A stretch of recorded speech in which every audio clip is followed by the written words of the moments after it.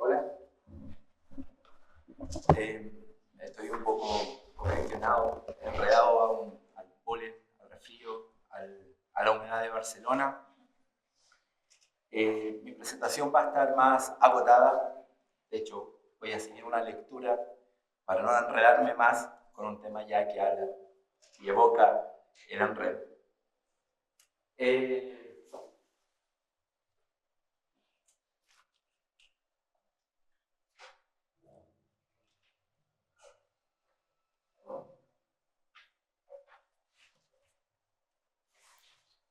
bueno, voy a agradecer esta instancia, este encuentro para poder conversar temas muy interesantes. Yo creo que va a haber muchas conexiones con lo que planteó Pablo en su presentación. El, el título de lo que voy a compartir con ustedes se llama Reimaginar el patrimonio desde el mapping interdisciplinario. Para contar un poco de dónde surge esto, en el doctorado de Arte y Educación de la UB, de la Universidad de Barcelona, hace un rato veníamos haciendo algunas lecturas afectándonos, digamos, por los perspectivismos posthumanos. Llegamos a los textos de Barat, llegamos a los textos de Braidotti, a los de Harman, a veces instalando unas discusiones bastante incómodas para remecer nuestro hábito metodológico. Eso que descansa mucho en lo dado y en lo evidente, y empezar a reimaginar y recolocarnos en otras situaciones y repensar la investigación también como un fenómeno. ¿Ya? Desde aquí voy a esbozar algunas cuestiones que me emergen de mi tesis doctoral, que es una investigación que repiensa la educación patrimonial y la educación del arte visual. En este contexto me voy a situar más que nada en la lectura que hago del patrimonio. La presente ponencia explicita el devenir abierto a lo que no se sabe en el umbral del encuentro disciplinar, para conectar con otros entendimientos del patrimonio, pensando con los poshumanismos, los ecofeminismos y los nuevos materialismos. Como plantea Isabel Stengers, aprender significa conectarse con tales acontecimientos. Aprendemos cuando efectivamente y afectivamente nos conectamos y somos puestos a prueba por tal conexión. Asumiendo los problemas, las contradicciones y los desafíos que implica reimaginar el patrimonio más allá del significado que descansa en lo simbólico, ofrezco una exposición de conexiones que, sin instalar una jerarquía, sitúan un plano de referencia antijerárquico de continuidad. La movilidad conectiva de la constitución mutua para reimaginar el patrimonio como un fenómeno. Un movimiento en el umbral de un conocimiento es un intercambio co-constitutivo de correspondencia y co-composición. Como dirían Deleuze y Guattari, ahí donde muchos elementos se conectan, conjugan, gracias, y se inventan en un devenir imprevisto.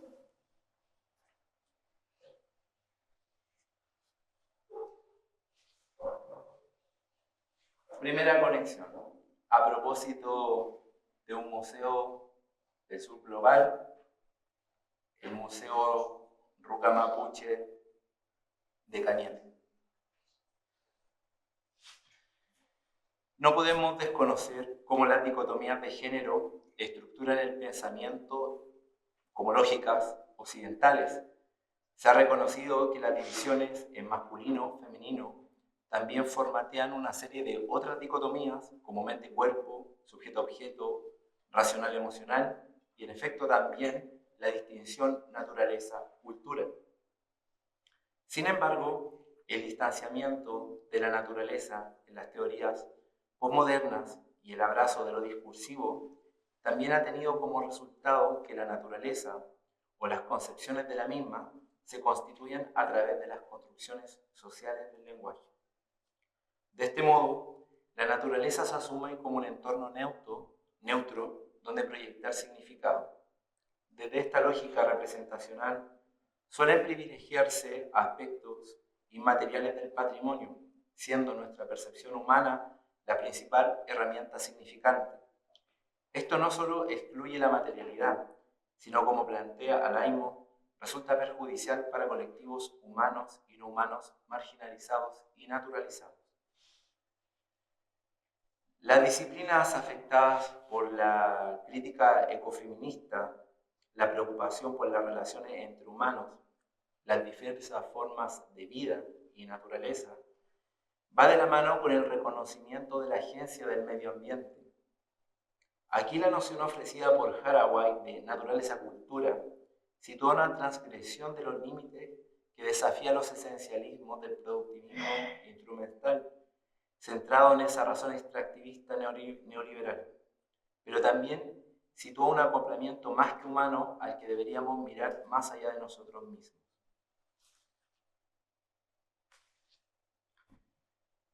Segunda conexión, a propósito de los objetivos de desarrollo sostenible y otros discursos autorizados. La conexión entre el patrimonio y el desarrollo sostenible es una cuestión importante a nivel internacional, como una agenda que ha tomado urgencia. Distintas disciplinas han contribuido a ampliar la discusión respecto a cómo se forma, valora y selecciona el patrimonio. Ciertamente, cualquier cosa tiene el potencial de ser etiquetada como patrimonio y ha sido fundamental esbozar cómo se produce esa patrimonialización. Y aquí no podemos desentendernos de las presiones políticas en el pasado, pero también en el presente. En el libro Los usos del patrimonio, Laurentian Smith sostiene que el patrimonio se construye mediante una serie de procesos legitimadores que conforman los valores elitistas occidentales, las historias de naciones, de clases, y los convierten en verdades y prácticas globales que articulan agendas y sistemas de valores intangibles que atribuimos a la materialidad. La Convención para la Protección del Patrimonio Mundial Cultural y Natural de la UNESCO del 72 insiste en la protección de valores intangibles como la percepción, la experiencia y el apego humanos, situando la apreciación humana en el centro. Estos discursos autorizados no solo atañen a lo tangible, sino también a lo intangible e inmaterial.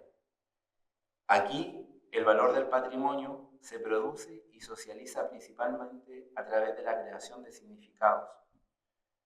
Así, en la Convención para la Salvaguardia del Patrimonio Cultural Inmaterial de la UNESCO del 2003, se deja en claro la importancia de la puesta en valor como la creación de significado por encima de la materialidad.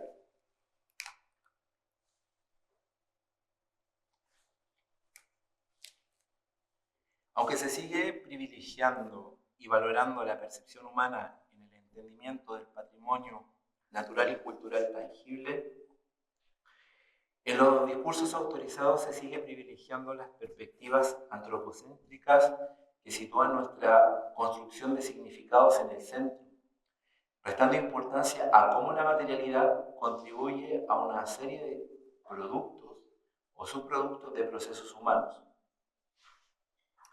Por tanto, no se considera el origen del valor.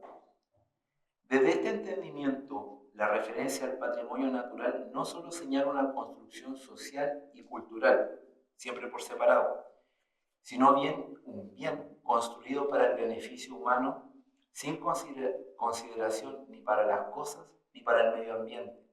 A la vez, una subestimación respecto a la importancia de otras agencias y la forma en que humanos y no humanos se relacionan o correlacionan en la creación de realidad.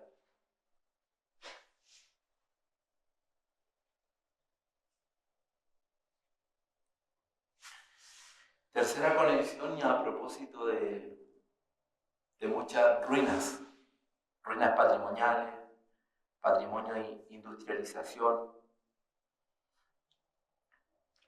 es importante para el perspectivismo poshumano las disciplinas que sitúan en el Al ser humano en el centro se considera ciertamente un desafío, pero aquí hay que hacer un alcance. El ser humano del que se da cuenta se encuentra en una situación privilegiada.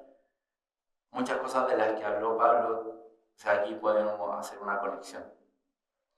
Así la noción de hombre universal se configura como un instrumento complejo que impone modelos sociales hegemónicos a una variedad de comunidades. Una crítica compartida respecto a los discursos autorizados del patrimonio que impulsan agendas y políticas norte-centradas. Las perspectivas críticas del patrimonio nos invitan a cuestionar quién está o quién no está representado en la creación del patrimonio, lo que ha sentado la base para movilizar métodos orientados a la inclusión, la participación e el involucramiento, pero también nos llevan a cuestionar qué entendemos por involucramiento. Es apremiante cuestionarnos la propuesta antropocéntrica del humano como la medida de todas las cosas, como invita a Braidotti. Aún así, no podemos obviar que cualquier esfuerzo por establecer las normas sobre quién es y quién no es considerado un ser humano es algo muy controvertido. Asimismo, tampoco existe un ser humano autónomo que se desarrolle sin relaciones con los contextos que le rodean, lo que convierte al ser humano o sus relaciones en algo más que humano. Al situarnos en el centro, corremos el riesgo de subestimar las posibilidades del continuo naturaleza-cultura, ignorando y anulando una serie de actores humanos y no humanos que desempeñan un papel activo en la co-creación del mundo. En cuanto a sujetos humanos, devenimos más que humanos, pues nos situamos en una geografía encarnada que emerge a través de una variedad de enredos entre naturaleza y cultura. Como bien señala Haraway, cuerpos de animales, humanos y materialidades se anudan y surgen a través de relaciones que se diferencian y cambian con el tiempo. Estamos conectados en un continuo naturaleza-cultura, conformando una materia viva, autoorganizada en un mundo en constante devenir. Las ruinas patrimoniales son ensamblajes de una diversidad de elementos materiales con una proliferación entrópica, simbiótica. Las plantas trepadoras, el moho, el óxido, el pacto, entre otras agencias, señalan en esos ensamblajes ruinosos donde se reúnen una serie de relaciones más que humanas en geografías también situadas. Al relacionarnos con las ruinas y sus geografías, la vegetación contribuye con agencias, capacidades y potencialidades.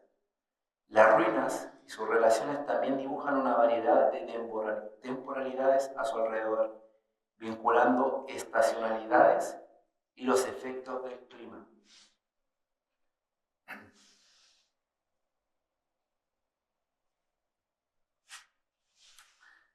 Aquí paso a la cuarta conexión. Esta imagen, que en realidad todas son como a modo de una licitación para que ustedes localicen y hagan las conexiones con sus propios eventos y fenómenos patrimoniales. Yo sitúo esta imagen del contexto de Chile. Hace un tiempo había una serie de monumentos que conmemoraban el terremoto y tsunami de 2010, y con el pasar de los tiempos, con las marejadas, con la subida del mar, muchos de estos monolitos han ido desapareciendo. De hecho, este ya ni siquiera existe. Este es uno de los pocos registros que queda de uno que a medida que van avanzando las marejadas, se lo fue llevando el mar. La alteración del clima, la extinción de especies, la degradación del medio ambiente y el aumento de las desigualdades sociales plantean grandes retos. Diversos indicadores muestran una gran aceleración del cambio desfavorable, al menos a partir de los periodos de industrialización. El antropoceno señala la presencia antropogénica en los estratos bióticos, climáticos y geológicos. De ahí que, como señala Chakrabarty, ha llegado el momento de alinear la historia natural con la historia humana, de forma que se aborden las consecuencias a través del tiempo profundo, pasado, presente y futuro. Los encuentros con las materialidades del tiempo profundo pueden ser poderosamente afectivos, ya que interfieren inesperadamente con las temporalidades cotidianas y la vivacidad y las conectividades a largo plazo, que continúan más allá de la vida de los cuerpos humanos temporalmente vinculados. En este sentido, cabe preguntarse hasta dónde llegan los límites de la sostenibilidad, cuando tanto para nosotros como para los sistemas con los que convivimos.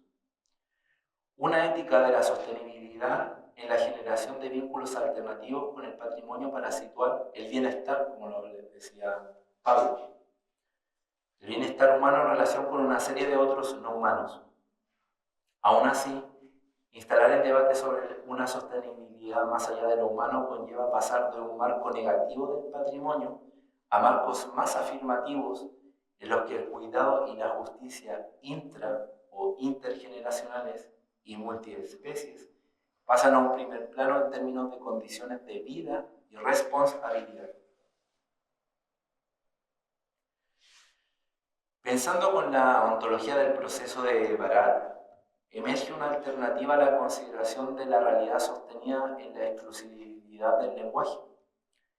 En este caso, la realidad y la ontología surgen a través de acciones y prácticas también de origen no humano y material.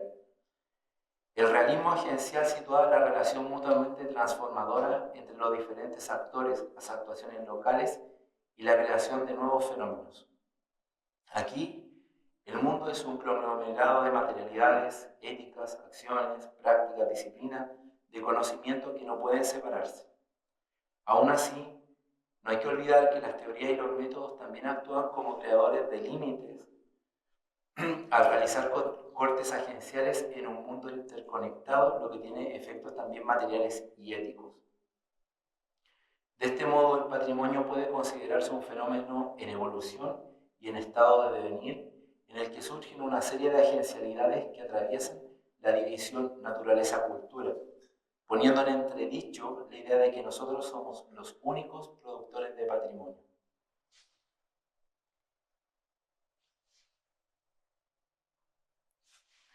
Quinta conexión. No sé si han oído hablar del Gran Abuelo. Es un alerce que está en los territorios de la Patagonia chilena. Se ha datado casi de 5.000 años. Eso es lo que se especula que tiene el Gran Abuelo. Se dice que el Gran Abuelo está en riesgo hoy en día porque muchos de los turistas llegan a Barazán. Se hacen fotos. De hecho, la primera foto señala, de hecho hay una investigación en curso sobre las pisadas de los turistas en ciertas raíces, lo que está provocando también algunos efectos sobre el Gran Abuelo. Para muchos dicen el árbol más viejo que existe en el planeta, un fósil viviente. Ante los desafíos del antropoceno, parece apremiante reimaginar el patrimonio para el desarrollo sostenible como una cuestión, valga la redundancia, más apremiante. Sin desconocer con ello que los discursos autorizados del patrimonio proyectan un enfoque antropocéntrico que privilegia la creación de significados y nuestra percepción humana. Nuestra mirada humana coloniza la naturaleza y la materialidad, privando a esta y a una serie de otros naturalizados de un papel activo en la co-creación de acontecimientos y fenómenos otros. Por lo mismo es especialmente importante cuestionar la división del patrimonio en las categorías de naturaleza y cultura, material e inmaterial, tangible e intangible, que pueden ser más un obstáculo que una ayuda, ya que reducen la comprensión enmarañada, enredada del patrimonio. El término fenómeno puede explicarse como una referencia a situaciones particulares que por un lado se observa que existen o suceden, mientras que por otro sus causas pueden no estar muy claras. Desde el planteamiento baradiano, los fenómenos se entienden de forma más específica, ya que son una unidad analítica más acotada. Surgen a través de los procesos de diferenciación en curso de un mundo interconectado, intraconectado, que cambia a través de la interacción mutuamente transformadora entre diferentes agencialidades. El patrimonio como fenómeno difiere del patrimonio como construcción social y puede analizarse como algo que surge a través de la interacción entre conceptos, entre disciplinas y procesos de materialización. El término interacción se utiliza en lugar de interacción para marcar que no hay entidades o cosas predeterminadas y físicamente vinculadas desde las que se ejerce la agencia. La agencialidad se produce en cambio a través de un conglomerado de diversas fuentes y fuerzas. Por tanto, el entendimiento del patrimonio como fenómeno no se reduce a procedimientos de selección que distinguen qué es y no patrimonio, señalando así que la materia también importa. En una línea similar a lo que plantea Jane Bennett cuando alude a esas fuerzas no humanas como actores vitales en el mundo, que deben ser reconocidas como parte también de estas diversas tramas patrimoniales.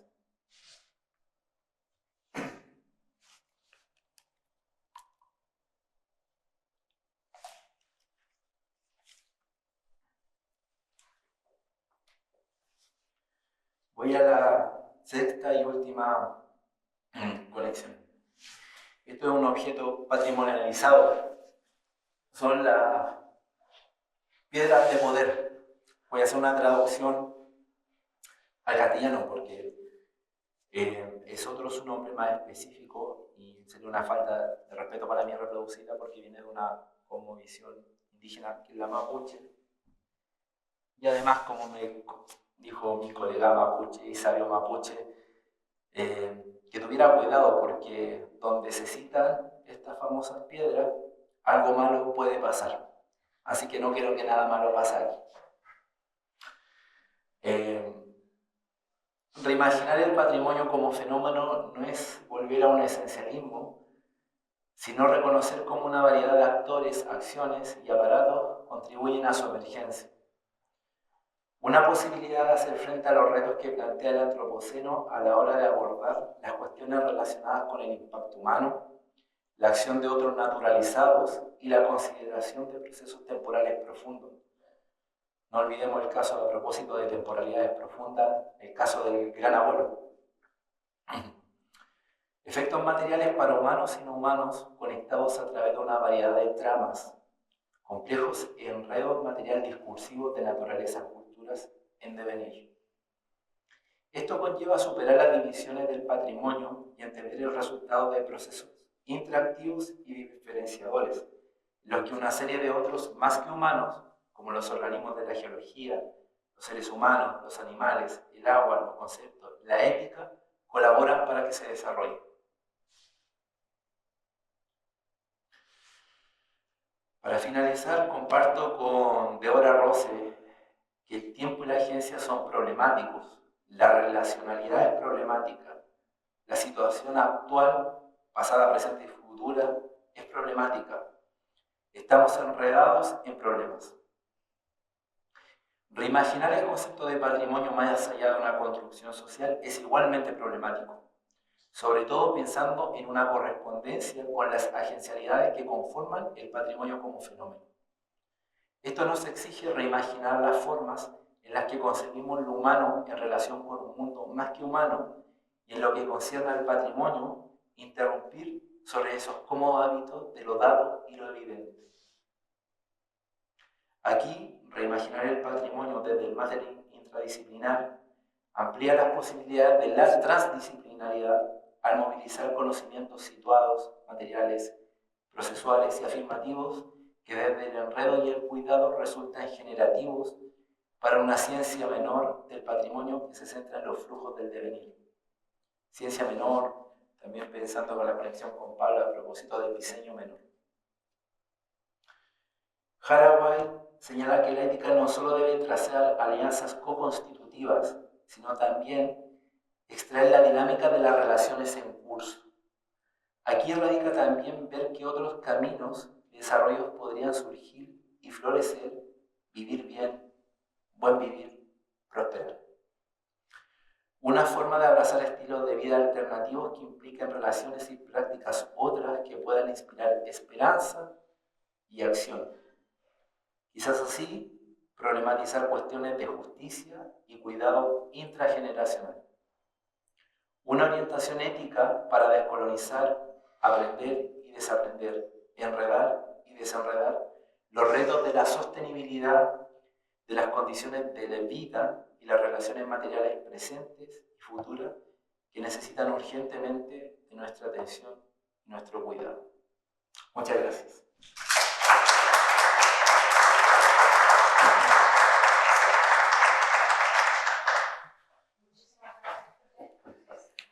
Hola, hola. No sé si alguien quiere intervenir con un comentario de una pregunta. Hola. Hay una citación legal, ¿no? O sea, hay un cambio legal de legislación en cuanto al reconocimiento de no identidad, estatus de persona a no humanos. ¿Hay algo así en Chile en el caso del árbol? La verdad que no. Se están tomando, por lo menos dentro de estos ejercicios de pensar el patrimonio o reimaginar el patrimonio desde lo interdisciplinar o abogar por un patrimonio más que humano, hemos tomado elementos de la Constitución ecuatoriana, revisándolo, porque se instala algo que a mí me parece muy interesante, que son los derechos de los no humanos. Pero ahí también entramos a otro elemento súper complejo, de hecho, con una compañera, que hay una compañera amiga presente, lo llevamos al caso de los monumentos en Barcelona.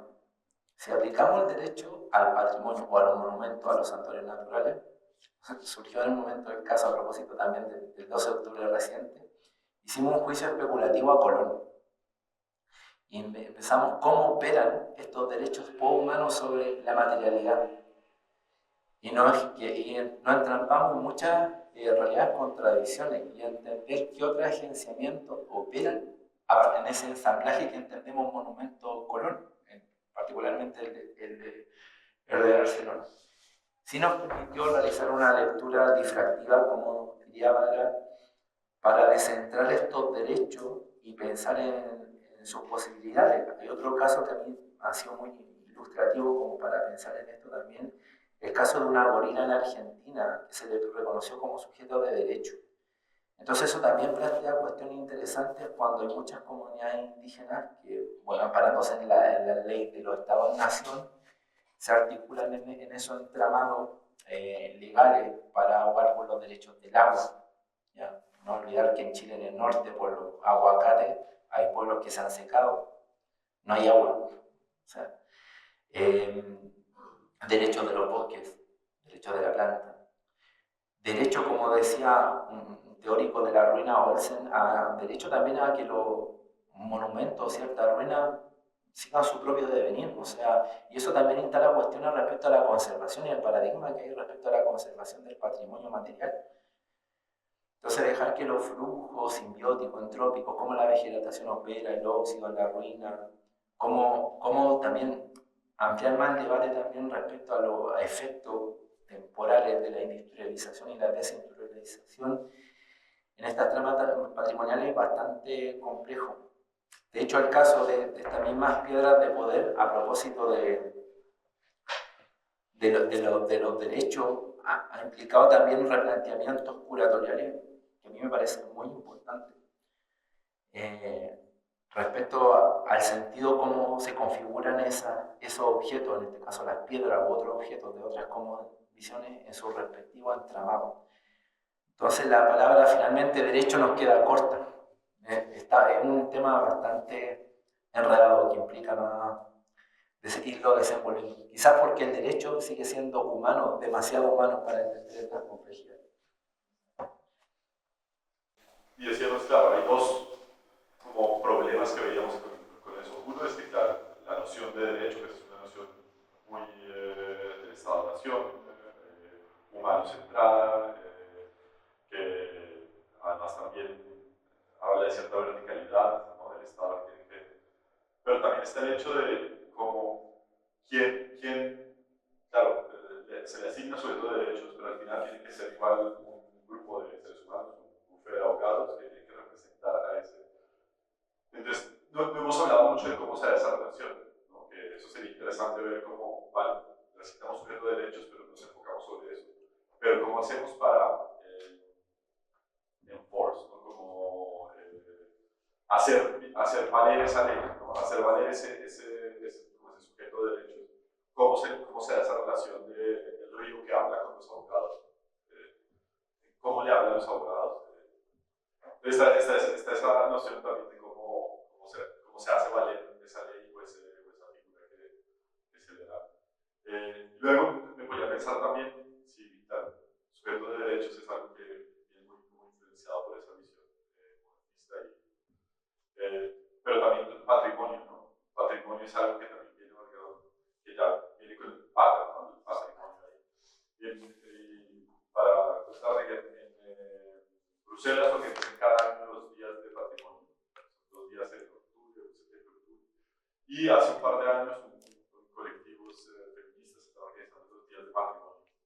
Bueno, en español no tiene mucho sentido porque el patrimonio tiene otra connotación, pero entonces en francés dice el patrimonio, para decir cómo es otra manera de entender el patrimonio también. Entonces, también cómo ver esas otras maneras de Arturo Escobar, citando algunos indígenas, dice, tenemos que cambiar nuestras tradiciones tradicionalmente.